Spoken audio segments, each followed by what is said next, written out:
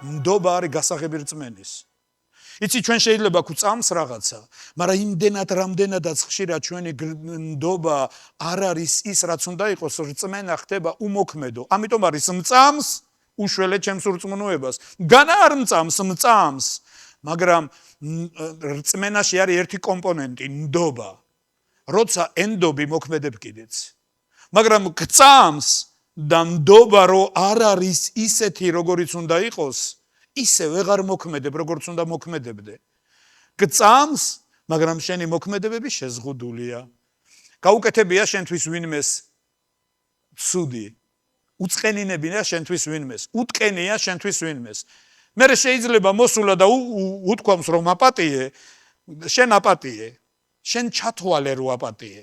მაგრამ შენი მოქმედებები მის მიმართ შეზღუდულია.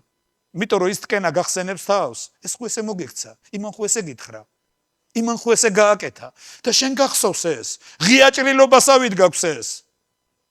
და ხშირად ნდობა აღარ გაქვს მის მიმართ, მიუხედავად იმისა, რომ გწამს რო აპატიე, მიუხედავად იმისა, რომ გწამს რო გაანთავისუფლე, მაგრამ ვერ გაანთავისუფლე, იმიტომ რომ ნდობა აღარა გაქვს მის მიმართ. ჩვენ ხშირად სიტყვას შენდობა პატიებასთან ვაკავშირებთ. იცი შეიძლება ადამიანს აპატიო, მაგრამ აღარ ენდო მთელი შენი ცხოვრება. გასაგებია? ერთხელ რომ გადაგაგდო, შეიძლება კარგი გაპატიე, კარგად იყავი კაცო, არ პასუხს არ გთხოვ. ეს არ არის სრულყოფილი პატიება. იცი შენდობა სხვა რამეა, როცა შენი ნდობა ისევ მისკენ არის. გასაგებია? იცი ღმერთს უნდა რომ ჩვენ მასთან ნდობაში ვიყოთ. რაც არ უნდა მოხდეს და როგორც არ უნდა მოხდეს, მე გენდობი უფალო. ისი რწმენის ერთ-ერთი ძალიან მნიშვნელოვანი კომპონენტი ეს არის ნდობა. ჩვენ ხშირად ძალიან ადვილად ვამბობ, მე ვაპატიე. აპატიე, იმიტომ რომ პასუხი არ მოთხოვე. აპატიე, იმიტომ რომ ჯვარს არ აცვი. აპატიე, იმიტომ რომ ხურდა არ დაუბრუნე. აპატიე, იმიტომ რომ არ მოკალი. მაგრამ გაკნდობა იმ ადამიანის მიმართ, არა. ეს არ არის სრულყოფილი განთავისუფლება. იცი, ღმერთს უნდა რომ ერთმანეთის მიმართ ნდობა მოვიპოვოთ. გასაგებია? თუმცა არც ერთი არა ვარ ჩვენ სრულყოფილები. არც ერთი არა ვარ სრულყოფილი. მე ვერ გეტყვი რომ ხვალ შენს მიმართ შეიძლება არაფერი შემეშალოს, მაგრამ ძალიან მინდა შენი ნდობა დავიბრუნო. ძალიან მინდა შენი ნდობა დავიბრუნო. შენც ასევე უნდა გინდოდეს ჩემს მიმართ, რომ ჩემი ნდობა იყოს შენსკენ. იცი, მიამიტობა ცუდი არის. მიამიტობა არ არის კარგი. მაგრამ არც გულციობა არის კარგი. როცა იცი, ეგ ეგეთია. ხშირად ამბობ, ეგ ეგეთია. მე გირჩევ ჩემო მეგობარო, არასდროს არ თქვა ეს, ეგ ეგეთია. იმიტომ რომ შეიცვლება ყველაფერი. შენ კი შენი ჩამოყალიბებული აზრით დარჩები. იცი, როცა ვიღაცის ნაკეთები თვალებში გეჭხირება, ძველი წყენა გახსენებს თავს, ძველი ტკივილი გახსენებს თავს და ნდობას ურტყავს. შენ ნდობა აღარ გაქვს. ღმერთს კი უნდა ეს. ღმერთს უნდა რომ ნდობა მოვიპოვოთ ერთმანეთის მიმართ. თუ ნდობას მოვიპოვებთ, იცოდეთ რომ რწმენაც მოქმედი გახდება. იცოდეთ, ნდობის გარეშე რწმენა უმოქმედოა. ნდობის გარეშე რწმენა არ მოქმედებს. თუ გახსოვთ წლების წინ ერთი პატარა ილუსტრაცია გავაკეთეთ ეკლესიაში. გავიხსენებ, რწმენას ეხებოდა ეს. ერთი ახალგაზრდა კაცი გამოვიყვანეს სცენაზე, დავაყენე, უთხარი შევთანხმდეთ, რომ რაც არ უნდა გაიგონო, უკან არ უნდა მობრუნდე. რახმაც არ უნდა გაიგონო, შენ არ გაქვს უფლება, უკან გამოიხედო. მას უთხარი, შენ ჩემი გჯერა? და მითხრა, კი, მჯერა. შენი მჯერა. ავიღე სკამი, დავდგი მის ფეხებთან. მე უთხარი, ამ ერთხელ შეგიძლია მოიხედო უკან, მოიხედა. ხედავს სკამ შენს უკან. კი, ხედავ. უთხარი, კარგი, ეხლა მიბრუნდი წინ და უკან არ უნდა მოიხედო. რაც არ უნდა გაიგონო. უკან არ უნდა მოიხედო. შენ ჩემი გჯერა? მჯერა, მითხრა. ავიღე სკამი და გავახოხე იატაკზე, ისე რომ მან სკამის გახოხების ხმა გაიგონა. ხო გახსოვთ? მერე ჩუმად ავიღე სკამი, ისე რომ მან ხმა ვერ გაიგო, დავდგი ისე მის ფეხებთან. მე ვუთხარი, შენ ჩემი გჯერა? მჯერა, ამბობს. მე ვუთხარი, მე გეუნები რომ სკამი დგას შენს ფეხებთან. გჯერა? მჯერა, დაჯექი. ვერ დაჯდა, იცი რატომ ნდობა არ ქონდა. მოსმენილმა გრძნობამ ის რაც ხო გაიგონა სკამის გახოხების ხმა და ამ დროს ირთვება გრძნობები სკამი რო გაწეული აღმოჩნდეს მე რა გამეშველება ხო წავიქცევი ამდენ ხალხში და ყველა დაიწყებს სიცილს დარწმუნებული ხარ ვერ ჩენ დაჯდებოდი ვერც მეც გამიჭირდებოდა იცი რატო გრძნობები ხშირად ძალიან მოქმედებს ძველი გაკეთებული საქმეები ძალიან მაგან ხო ესე გამიკეთა მაგან ხო ესე მითხრა ეხლა მაგას უნდა ვენდო კიდე რო გამიკეთოს მაგრამ თუ ღმერთი გვეუბნება იცით უამრავ ადამიანს შევხვდი რომლებიც ჩავიდნენ ისრაელში იმოგზაურეს ისრაელში დაბრუნდნენ უკან ისრაელზე ძალიან ცუდი აზრით რაც არ უნდა დაინახო მე გირჩევ შენი ნდობა ღმერთს ისრაელის მიმართ დიდება უფალს რაც არ უნდა დავინახო ერთი მეცხრლის ჭიკჭიკი გაზაფხულს ვერ მოიყვანს ერთი ადამიანის საქციელი ერზე აზრს ნუ ჩამოგაყალიბებინებს იმიტომ რომ ისრაელი ღმერთის გულშია ისრაელი ღმერთის კალენდარია ღმერთი ამბობს შეხედეთ ისრაელს უყურეთ მას დამით მიხვდებით რა დრო დგება ჩვენ სირგულივ როცა მისი რტოები დარბილდებიან და ფოთლების მოსხმას დაიწყებს ეს ლეღვი იცოდეთ რომ ახლოა კართან როცა თქვენ ამის ახთენას დაინახავთ რაც ხდება დღეს იცოდეთ რომ ახლოა კართან ყველაფერი დიდება უფალს მე ძალიან მინდა ყურადღებით ვიყოთ ღმერთს უნდა ძალიან ღმერთი გვენდობა ღმერთი რო არ გვენდობოდეს დღეს აქ არ იქნებოდე და ღმერთს ძალიან უნდა ჩვენი ნდობაც იყოს მისკენ და ღმერთი ამბობს თუ მე მენდობით მაშინ ჩემ შვილებს ენდეთ თუ მე მენდობით მაშინ ჩემ შვილებს ენდეთ ისინი ვინც შემიყვარე იმას ენდეთ ნდობა მოიპოვეთ ერთმანეთის მიმართ დიდება უფალს ჩემო მეგობრებო მადლობას უხდი ღმერთს ბოლო დროს ჩვენს ეკლესიაში და ჩვენს ირგვლივ მიმდინარე მოვლენებისთვის ღმერთი ისეთ რაღაცებზე გვამახვილებინებს ყურადღებას რომელიც ძალიან მნიშვნელოვანია ხვალინდელი დღისთვის რა კარგია როცა იცი ღმერთს მიყევ ხარ თავისი შენ კი არ მიდიხარ და ღმერთ უმაკურთხე ხლა არა ღმერთს რომ მიყევ ხარ ღმერთი რომ საზღვრავს რაღაცებს ძალიან კარგია ეს და იცი მოდი ფასები გადავიხადოთ რომ ეს გვეჭიროს ეს არ იქნება ადვილი მე არ გეტყვით ეს არ არის მარტო ისე იცი ხშირად ეს შეიძლება მტკივნეული იყოს ხშირად ეს შეიძლება ძალიან რთული იყოს წინაკვირის მსახურებას თუ ვინც მოусმინე ჩვენ ვილაპარაკეთ აქ რომ ცოცხალია ღმერთი ზუსტად მასთან ურთიერთობაზე ქონდა ლაპარაკი პასტორმა ხვიჩამ ილაპარაკა ზუსტად ამაზე რომ ბევრი რაღაცა შეიძლება რთული და მტკივნეული იყოს და იმ რთულში და მტკივნეულში ძალიან დიდი ფასეულობები აქვს ღმერთს ჩადებული იაკობი ამბობს ნეტარი არის განსაცდელის გადამტანი კაცი. ნეტარია განსაცდელის გადამტანი კაცი. მოდი ვთქვათ სიტყვა ნეტარი რას ნიშნავს? აი რას ქართულში ნეტარება სიამოვნებასთან არის დაკავშირებული. ეს ასეც არის. ეს არის ამ სიტყვის ნაწილი, მაგრამ ნეტარი ნიშნავს უზრუნველყოფილს, დაცულს, ჯამრთელს, საჭიროებები მისი რო დაკმაყოფილებულია.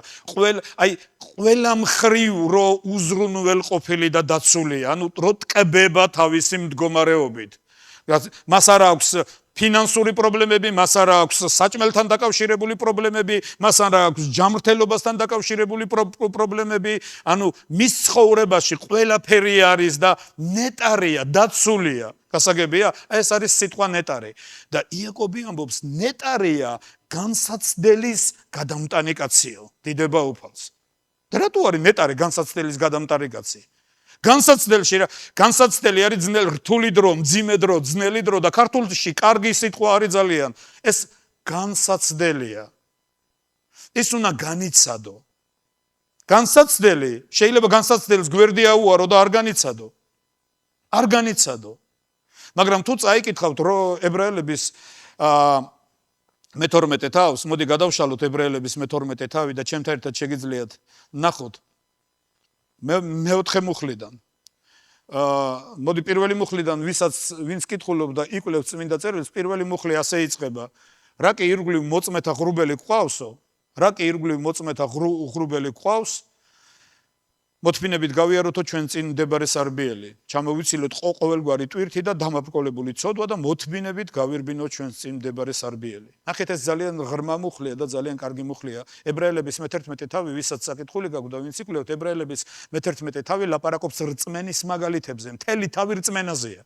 იქ წერია რწმენით აბრაამი, რწმენით მოსე, რწმენით დავითი, რწმენით რა ვთქვა ბარაკზე, იფთახზე, ამებზე ისინი რწმენით აკეთებდნენ ამას ყველაფერს. და ისიც მინდა რომ გითხრათ, რომ ახალი აღთქმა არ დაწერილა კოდექსად თავება და მუხლება. თავები და მუხლები მოგვიანებით შეადგინეს კოდექსად აქციეს, რათა ადვილი დასამახსოვრებელი გამხდარიყო. არავითარი მე-11 თავი და მე-12 თავი არ არსებობდა, ეს ერთიანი წიგნია.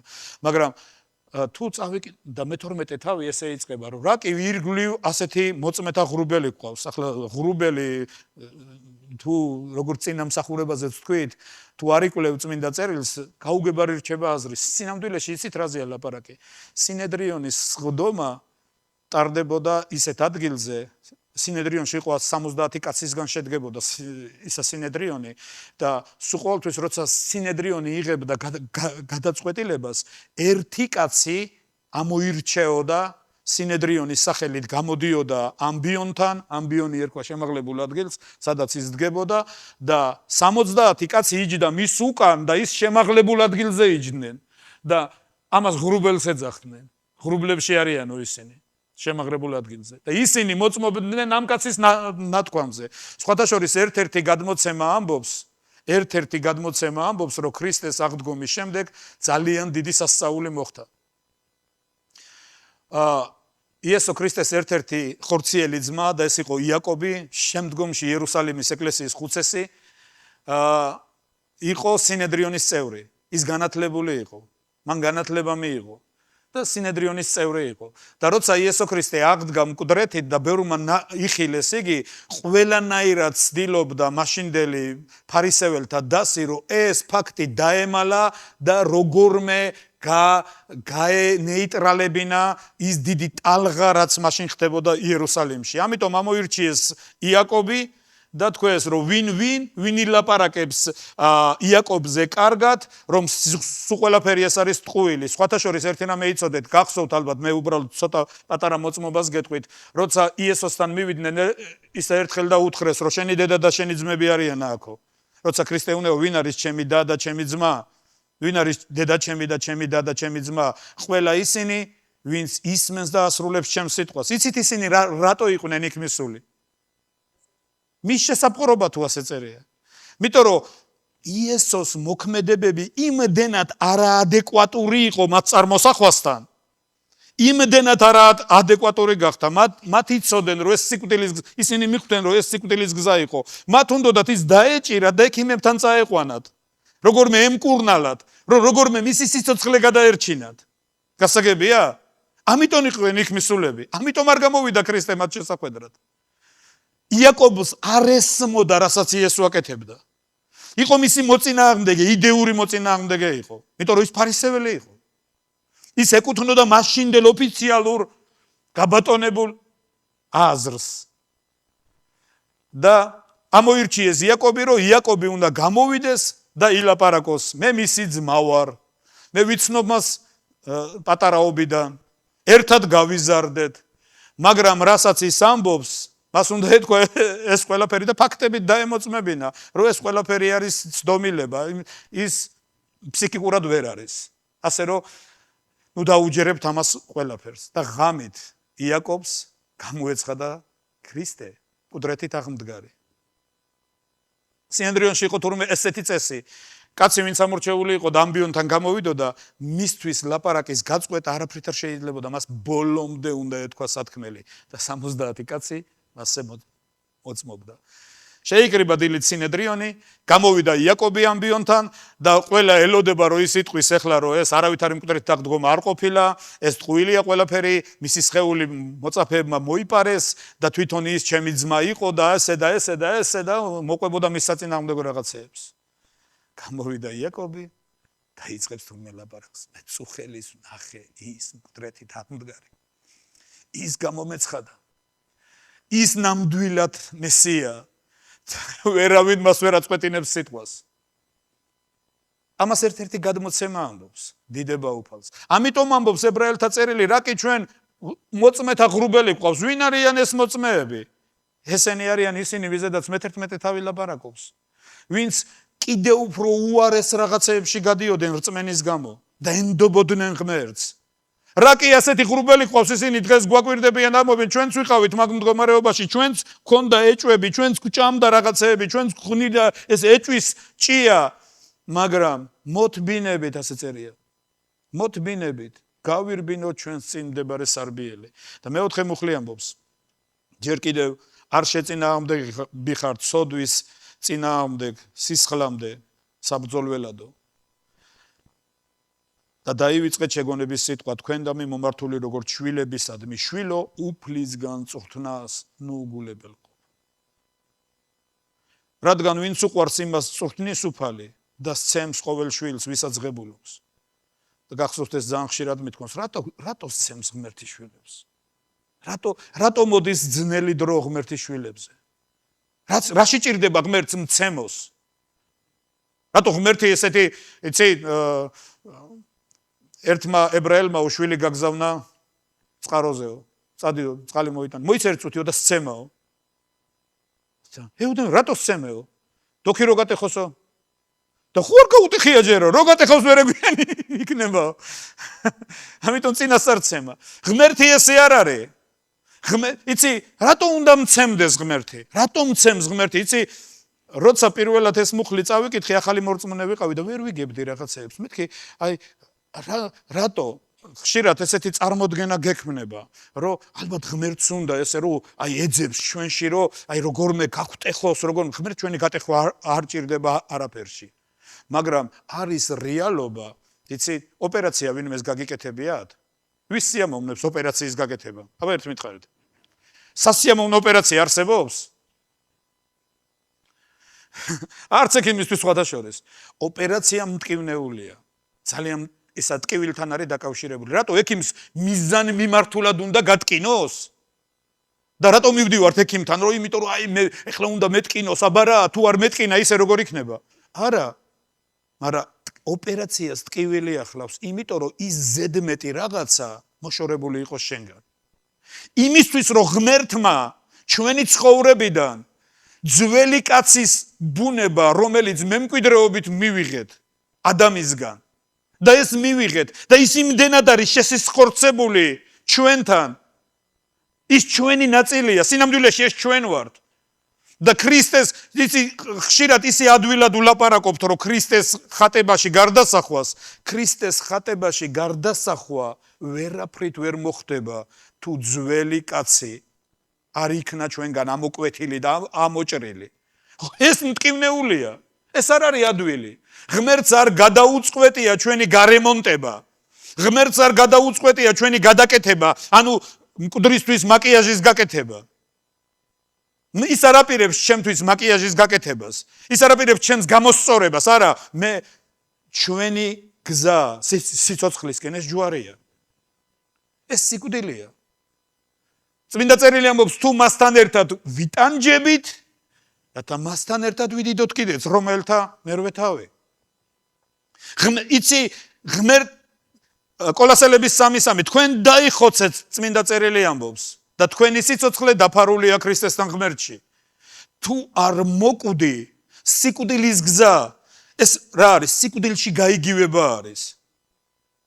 ნახეთ, ჩვენ ხო ვლაპარაკობთ ხშირად და იგივე ეფესელების მეორე თავის პირველი მუხლი, მერვე მუხლი, მერვე მეათე მუხლები პროტესტანტების ყველაზე სასურველი და საზეპირო მუხლია. ყველა მიცის ეს ზეპირად. მადლით ხართ გადარჩენილები რწმენის მეშვეობით, ეს არ არის თქვენგან არამედ ღმერთის მადლის ნიჭია, მაგრამ პირველი მუხლიდან თუ წაეკითხავთ, იქ წერია და თქვენ მკვდრები რომ იყავით ღმერთისთვის.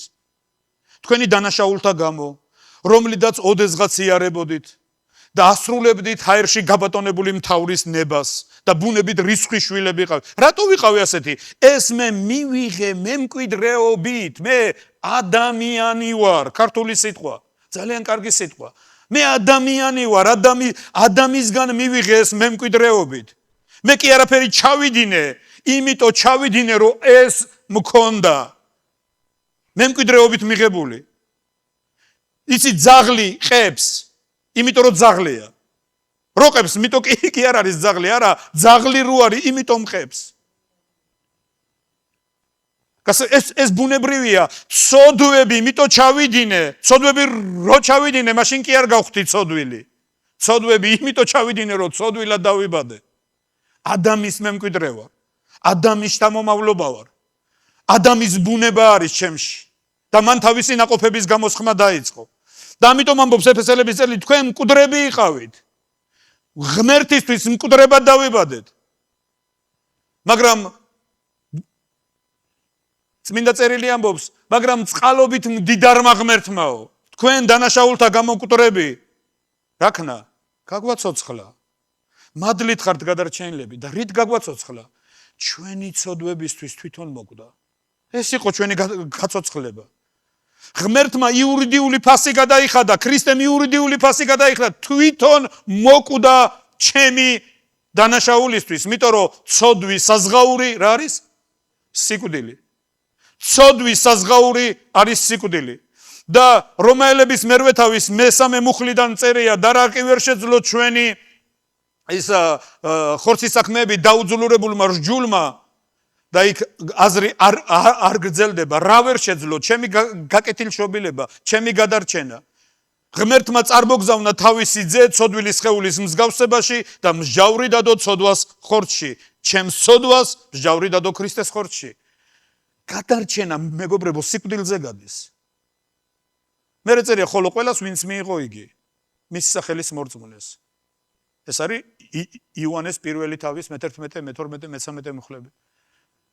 ხოლო ყველას ვინც მიიღო იგი მის სახელის მორწმუნეს, მისცა ძალაუფლება გამხდარიყვნენ ღმერთის შვილები, რომლებიც არც სისხლის ნდომისაგან, არც მამაკაცის ნდომისაგან, არამედ ღმერთისაგან იშნენ. დიდება უფალს. მაგრამ კიდე ერთხელ ვამბობ, ღმერთის წერია, რომ ის ცემსო ყოველთავის ძეს. რატო ცემს ის ყოველთავის ძეს? ეს არის ის ოპერაცია, რასაც ქვია განწმენდა. ეს არის ის პროცესი, რასაც ქვია ჩვენში, იცი, არ არის საკმარისი მარტო პირველ საწყისზე გავჩერდეთ. მადლით ახართ გადარჩენილები რწმენის მეშვეობით. მე გადარჩენილი ვარ, მაგრამ მე უნდა გადავრჩე. და ეს ძალიან მნიშვნელოვანი პროცესია. თუ გადაშლით ფილიპელების პირველ თავს 29 მუხლი. ვინაიდან ქრისტეს გულისთვის მარტო რწმენა კი არ მოგეცად. არამედ ტანჯვაც მისთვის. დიდება უფალს. და რა შეჭირდება ღმერთ ჩემი ტანჯვა? და რატო უნდა ვიტანჯო? რატო უნდა ღმერთ ჩემი ტანჯვა? სინამდვილეში ღმერთ სულაც არ უნდა ჩემი ტანჯვა. მაგრამ ტანჯვა ქრისტეს ხატების მსგავსებაში გარდასახვას ახლავს თან. იმიტომ რომ ეს მტკივნეული პროცესია. ადვილი არ არის შენ ბუნებრივ სიცოცხლეზე უარის თქმა და სხვისი სიცოცხლით ცხოვრება. ეს ტანჯვა, მაგრამ შენ შეგიძლია აუარო ამას გვერდი და სამწუხაროდ დღეს აბსოლუტური უმრავლესობა ასეც ვიქცევით. ჩვენ გაურბივართ ტანჯვას, ჩვენ გაურბივართ რთულს, ჩვენ გაურბივართ ძნელს, ჩვენ გაურბივართ არასასიამოვნოს. ჩვენ ვისა ღმერთს უნდა რომ ბედნიერი ვიყო, ღმერთს უნდა რომ ბედნიერი, მე ღმერთს უნდა რომ კარგად ვიყო და დღევანდელი მსოფლო მხედველობა ქრისტიანობის აგებულია ერთ რამეზე, ღმერთს უნდა მე უნდა ვიყო კარგად. ეს არის რწმენის მთავარი არსი. ღმერთმა უნდა მაკურთხოს, ღმერთი მაკურთხებელია. და კურთხევას რას ვეძახი, ეს ხშირად გაუგებარია. მაგრამ თუ წაიკითხავთ პავლე მოციქულის წერილებს, აბსოლუტურ შეუსაბამობაში მოდის ამ მსოფლმხედველობასთან. პავლე ამბობს განსაცდელში ზღვაზე, განსაცდელში ცურძმებისგან, განსაცდელში იქ, ამდენჯერ მცემეს, ამდენჯერ ეს, ამდენჯერ ის და პავლე ამბობს მე ვიკვეხნი არა ჩემი წარმატებებით. პავლე ამბობს მე არ ვიკვეხნი ამით. მე ჩემი უძლურებებით ვიკვეხნიო, პავლე ამბობს, იმიტომ რომ როცა უძლური ვარ, მაშინ ვარ ძლიერი. როცა უძლური ვარ, იქ ჩდება ღმერთის მადლი, დიდება უფალს. იქ ჭარბობს ღმერთის მადლი. სინამდვილეში, როცა მე უძლურებამდე მივდივარ, იქ ჩანს ქრისტე, რაც სინამდვილეში ღმერთს უნდა რომ ჩვენში იყოს. ჩვენ წინამსახურებაზე ხო ვილაპარაკეთ და ვთქვით, ედემის ბაღის მისია, რა იყო ეს? რომ ხატება გამختარიყო მსგავსება, მაგრამ ხატება მსგავსება ერთი რამით გახდება, როცა მე ჩემი ნებით, ჩემი თავისუფალი ნებით, ზეწოლით კი არა, გაკოჭვით კი არა, იძულებით კი არა, მე ჩემი თავისუფალი ნებით ავირჩევ იმას, რაც არის ღმერთის ნება. როცა მე ჩემი ნებით ვამბობ, ღმერთო, მე მზად ვარ, გავიარო ეს ტკივილი, შევიდი ამ ცეცხლში, რათა გამოწრთობილი და გაწმენდილი ოქრო დარჩეს იქით მეორე მხარეს. და ყველაფერი ზედმეტი და თუ ამბობდა წინამსახურებაზე, რომ ჭუჭყი და რაღაცა უნდა ამოიღოს ღმერთმა ჩვენგან. გასაგებია? ამიტომ წერია და როცა ამაზე ისევ ვფიქრობდი, ისევ ებრაელების მე-12 თავზე ვბრუნდები, მეგობრებო, მე ადრე გაგახსენეთ, დაგიმოწმეთ. მე წინა ცხოვრებაში მხატვარი ვიყავი, თოიძის სამხატვრო სასწავლებელი მაქვს დამთავრებული, ფერწერა კერამიკის ფაკულტეტზე ვსწავლობდი და ჩემს გვერდით იყვნენ მოქანდაკეები და ღმერთი რა დიდებულია სულიწმინდა. საერთოდ რო არ მიფიქრე ამაზე, უბრალოდ ამ მუხლებზე ვფიქრობდი, ღმერთო, მეთქი, რატო სცემს ღმერთი, რატო? ვერ ვიგებ, რაღაცას რო ვერ იგებ. იცი, ძალიან იცი რომ ღმერთი კეთილია, მაგრამ სცემს. და თუ კეთილია ღმერთი, რატომ სცემს? ვერ ვიგებ ამას, მე მინდა მისი შვილი ვიყო და რატო უნდა მცემოს ღმერთმა? ვერ ვიგებ, თუ ეს თვითმიზანია ღმერთის ჩემი ცემა. და უეცრად ღმერთი მახსენებს თოიძის სასწავლებელს. ჩემს წარმოდგენაში ვხედავ მოქანდაკეებს, იმათ მოქონდათ ტრაქტორებით, მოქონდათ ხოლმე ლოდები, დიდი გრანიტის ლოდებს მოათრევდნენ ხოლმე, დააგდებდნენ ეზოში და თავიდან დიდი ურუებით ისა მუშაობდნენ ხოლმე. მაშინ არ იყო პერფერატორები. და ურუებით სცემდნენ ხოლმე ამ ლოდს. და უეცრად წარმოვიდგინე იმ ლოდის ადგილზე ხარ შენ და ვიღაცა დაგადგა და უროთი გცემს. რა გინდა? რატომ მცემ? რა დავაშავე? მაგრამ იცი რატო სცემდნენ? ზედმეტებს აშორებდნენ. მერე რომ ამ დიდ ნატეხებს მოამტვრევდნენ, მერე უფრო პატარა ჩაქუჩებით ისა იწყებდნენ მუშაობას. მერე იღებდნენ საჭრეთელებს და ბოლოს იუველიური სამუშაო იყო ხოლმე. და ულამაზესი ქანდაკებები გამოდიოდა. ერთხელ თულმე ერთ-ერთ ცნობილ მოქანდაკეს როდენი იყო ეს კითხეს. ამ უხეში ლოდიდანო როგორ გამოაქანდაკე ეს ნატიფი ქანდაკებაო. მან თქვა, ეს ქანდაკება სულ ამ ქვაში იყო. მე არაფერი არ გამიკეთებია, ზედმეტები მოვაცილეო. ზუსტად ეს არის, ღმერთს უნდა ამ უხეში რაღაცისგან ზედმეტები მოგვაშოროს და თავის შვილად გვაქციოს, დიდება უფალს. მის ხატებაში გარდაგვსახოს და მის მსგავსებაში გარდაგვსახოს. და ეს მტკივნეული პროცესია. და ამიტომ ხშირად ამის მოშორება ოპერაციასთან არის, ტკივილთან არის დაკავშირებული. ამიტომ ამბობს წმინდა წერილი, ნუ შეეწინააღმდეგები ტკივილს. ნუ შეეწინააღმდეგები უფლისგან წვრთნას, ნუ უგულებელყოფ, იმიტომ რომ წმინდა წერილი ამბობს, თუ ამის გარეშე დარჩებითო თქვენ, ბოდიშით ეს ძალიან უხეში გამოთქმა არის, პასტორიც ამბობდა ამას. ძალიან უხეშად ჟღერს, მაგრამ ბიბლიაში წერია. მაშინ თქვენო ნაბუშრები ყოფილხართ. იცი რა არის ნაბუშარი? ქუჩაში ამას კიდე უფრო უხეშად ამბობენ. უკანონო შვილს ნიშნავს. უკანონოდ გაჩენილს. რომელსაც მრუშობის ნიადაგზე რო დაიბადა ვიღაც. ღმერთი ამბობს, ამ წვრთნის გარეშე თუ დარჩებით, თუ ამ წვრთნას არ გაივლის, და რატო ამბობს ღმერთი, რომ იცი თუ ღმერთი აკეთებს ამას ჩვენს მიმართ, მაშინ ყველა გაივლის, არა? ღმერთი შენს მაგივრად არაფერს არ აკეთებს. ღმერთი წყარითაც კი არ შეეხება შენს ცხოვრებას. არავითარი ტკივილი არ მოვა ღმერთისგან შენს ცხოვრებაში, თუ შენ არ დათანხმდები. გასაგებია? აი ასეთია ჩვენი უფალი. ის პატივს ცემს გვირგვინს. რას? თავისუფალ ნებას. ღმერთი მე არაფრის ქმნას არ ვაპირებ შენში. მაგრამ თუ შენ გინდა, იქნება ტკივილი. ტკივილი რატო უნდა მინდოდეს? მაგრამ ამ ტკივილის შემდეგ დიდი თავისუფლება იქნება. ამ ტკივილის შემდეგ დიდება იქნება ღმერთის.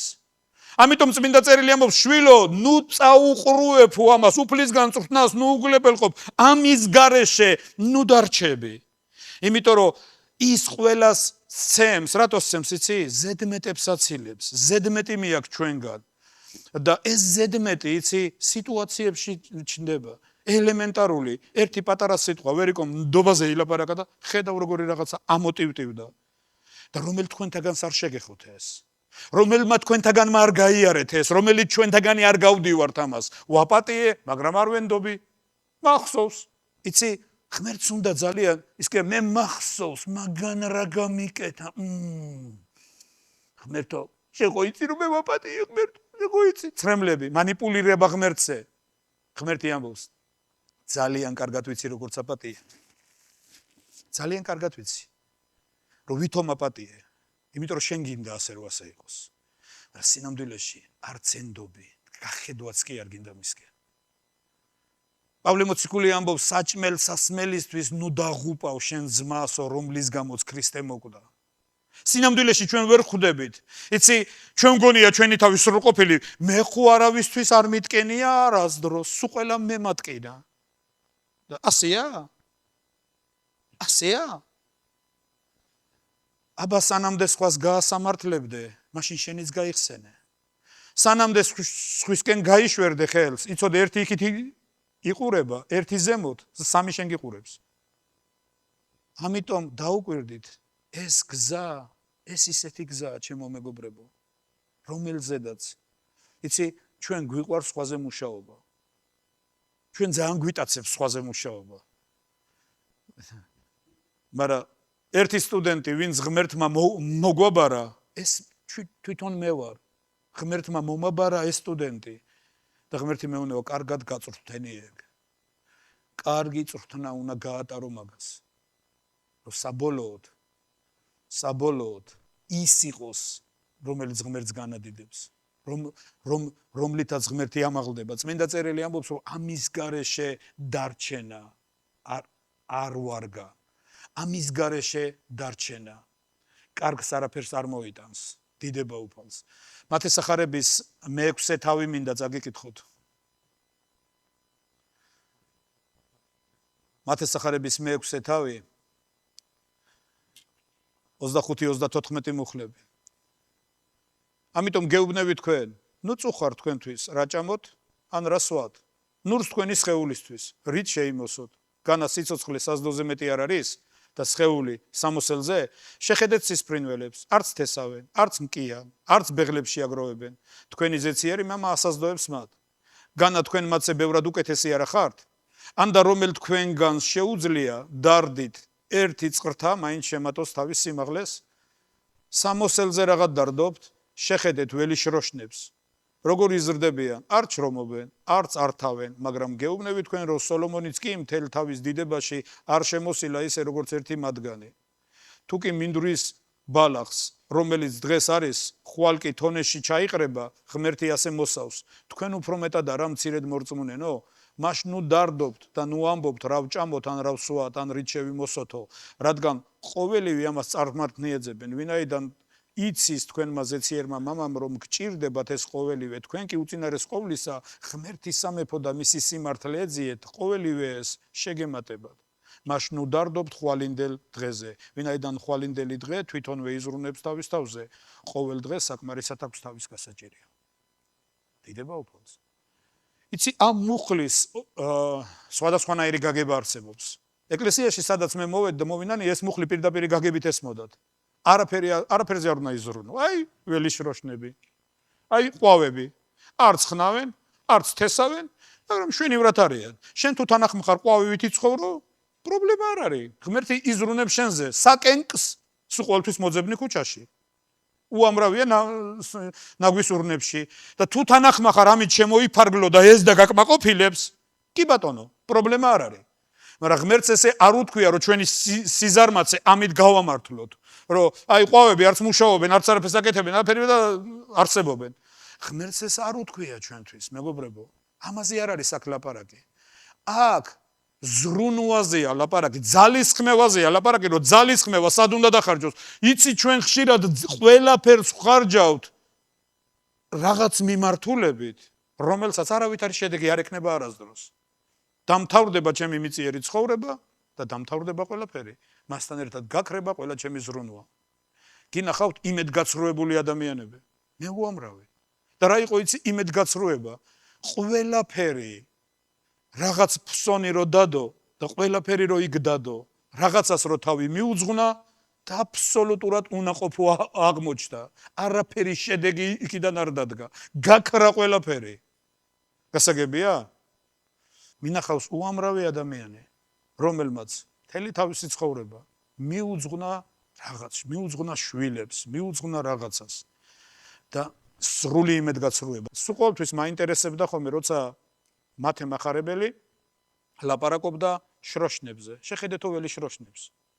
არც რთავენ, არც ქსოვენ, მაგრამ სოლომონიც კი არ შემოსილაო თავის დიდებაში ისე, როგორც ერთი ველი შროშანი არის შემოსილი. რით არის ველი შროშანი სოლომონზე დიდი? სულ ყოველთვის ფიქრობდი ხოლმე რა? სოლომონი, რომელზედაც ბიბლიის ძველი აღთქმის ძალიან ბევრი წიგნი ლაპარაკობს და ისტორია ამბობს, რომ ისრაელის ცხოვრებაში ეს ოქროს ხანა იყო, ადამიანი რომელიც იყო ბრძენი, რომელსაც დაწერა იგავი სოლომონისა და მართლა სიბრნი ეკლესიასთან, სიბრნით სავსე, ყველაფერი. რით აღმატებულობს ველი შროშანი სოლომონზე? და ერთხელ როცა ამაზე ვფიქრობდი, იცი, ერთი რაღაც არასოდეს არ მინახავს შროშანი მოწუწუნე თავის ყოფაზე. ეს არის ცხოვრება. აქ უნდა აღმოუცენებულიყავი ეხლა მე. რა არის ეს? ამის ღირსი ვარ? ამას ვიმსახურებ? კი ნახავთ ასეთი შროშანი. შროშანი იზრდება, იფურჩქნება და ყველაფერი მისი ღმერთს ადიდებს. ის ძალიან მოკლე ხნით გაზაფხულზე აღმოცენდება და შემოდგომაზე გახმება, მაგრამ ის ღმერთს ადიდებს, დიდება უფალს. იცი, ღმერთს უნდა მოვედით ამ წუთის სოფელში. თითქოს ჩვენ ისე ვიქცევით ხშირად, გეგონება გამოწერილი გქონდა რაღაცა და რა შეუკვეთე და რა მივიღე. ხშირად ჩვენ ასე ვცხოვრობთ, ასეთი გქონდა შეკვეთილი და ეს რა მივიღე. ამის ღირსი ვიყავი?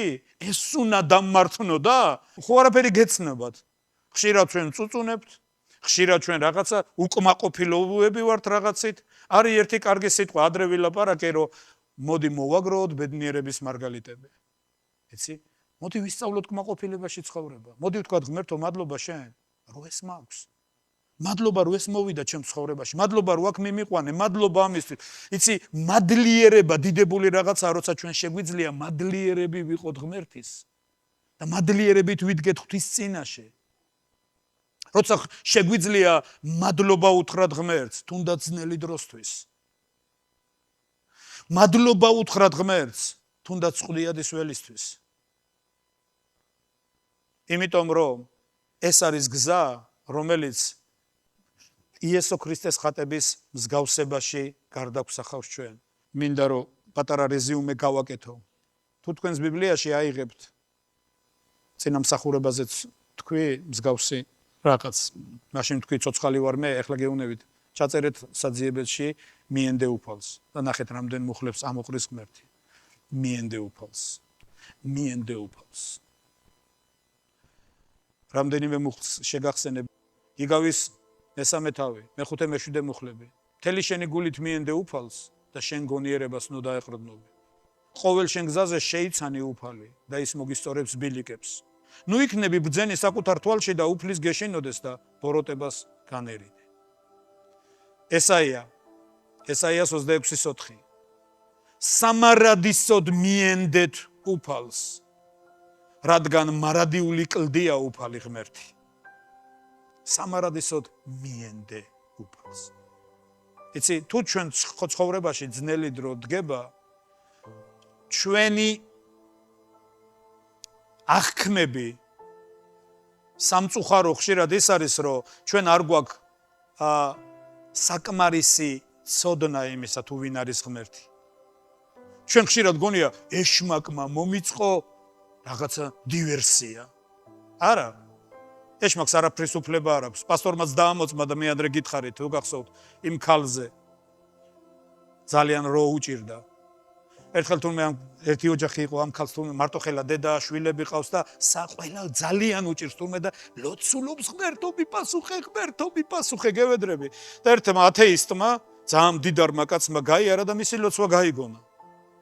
წავიდა და თავის მენეჯერს დაუძახა ეს თუნდაც სუპერმარკეტების ქსელს ფლობდა, დაუძახა და უთხრა დატვირთეო მანქანა ყველა პროდუქტით, ჰიგიენით, რა ვიცი, ტექნიკით, იმით და მიიტანეთ ამ ქალის სახშიო, მაგრამ როცა მიიტანთო, უთხარით ეს ყველაფერი სატანამ გამოგიგზავნაო. ერთი მაინტერესებს რას იზავსო.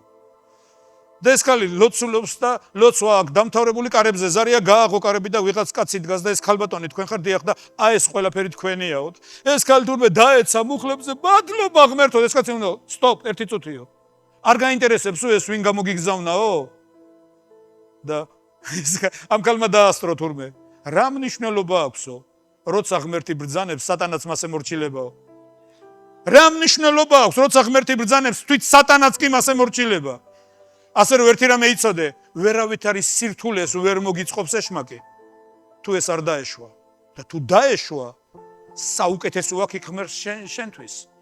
თუ დაეშვა რაღაცა, უნდა იცოდე რომ იქ ღმერთს მარგალიტი აქვს, ძვირფასი რაღაცა აქვს და მოძებნე ის მარგალიტი ძნელ დროში, რომელიც კიდევ უფრო მეტ კმაყოფილებისკენ წაგიყვანს, დიდება უფალს. ჩვენ არ ვიცით შეუცნობელნი არიან და ხვალ რა არის შენ ცხოვრებაში ეს არავინ არ ვიცით, მაგრამ ერთი რამე ვიცოდეთ. რაც არ უნდა მოხდეს, კეთილია უფალი. და ყველაფერი ღმერთის მოყვარულებს და მისი განზრახვით მოწოდებულებს ყოველივე სასიკეთოდ ეწევა. ასე რომ საყვარელნო უფლისგან წვრთნას ნოუგულებელყოფ. და მის მხილებას ნუ წაუყრუებო ასე წერია. იმიტომ რომ თუ ღმერთი რამეს რთულ მომენტებს უშვებს ჩვენ ცხოვრებაში, ეს იმიტომ რომ მან საუკეთესოები აქვს ჩვენთვის მომზადებული. დიდება უფალს. დღევანდელი დღე ჩვენ ვილაპარაკეთ თემაზე მიენდე უფალს. მიენდე უფალს. და არა მარტო სიკეთეში მიენდე უფალს, მიენდე უფალს ძნელ დროში. მიენდე უფალს განსაცდელში, უფლის იმედი გქონდეს ყველგან. როგორც ესაია ამბობს, მიენდე მას სამარადისოდ, იმიტომ რომ სამარადისო კლდი არის ისო.